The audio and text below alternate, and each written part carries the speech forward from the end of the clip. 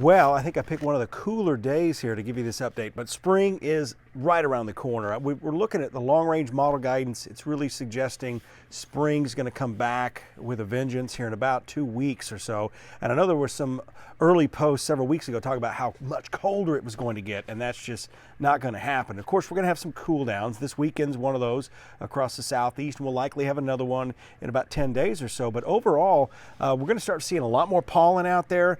The leaves are really starting to come out. The spring leaf index is pretty much right on schedule, comparable to the last 1 to 4 years.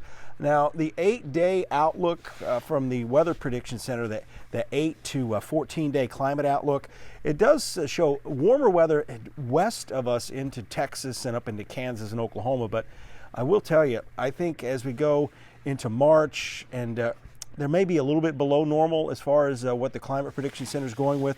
But again, that's all susceptible to what happens up in the polar region. And the Arctic Oscillation Index, there's been a lot of talk of that lately, at least with the polar air. But it's going positive as we finish out this month and as we go into March. So that may actually lead to more active severe weather across parts of the southeast and just about anywhere in the country, because once that goes positive, it brings warmer than normal temperatures in.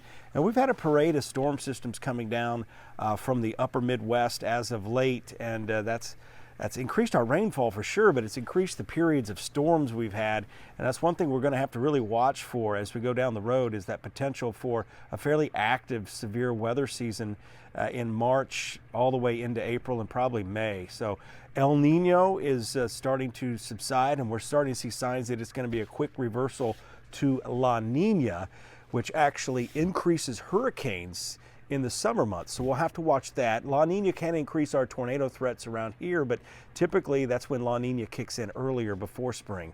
But right now we're still kind of El Nino to neutral as we're going to transition. I want to take a look at some long range model guidance here as we kind of go through. You can see the warm up that's going to be happening as we go beyond this up and coming weekend into next week, and that's really going to warm up across the areas of the Midwest. So we're going to start seeing a lot more pollen out there. That's going to become a big issue. And of course, the leaves are going to be coming out. You got the Bradford pears that'll be coming out in about 2 weeks.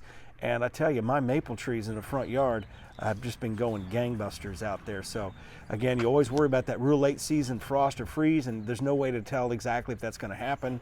And a lot of you probably in the next 3 weeks are going to try to get ahead of your spring gardening, and I don't recommend that at all. But we do have warmer days ahead, and I am thankful for that, because you can see behind me, that is the project that I've been working on that I can't seem to get any traction on because it keeps raining and it's cold, and I just don't like to work in the cold and the rain. But I just thought I'd give you an update on spring, plus the days, they're getting longer, and that's always nice, especially when we have sunshine like we have today.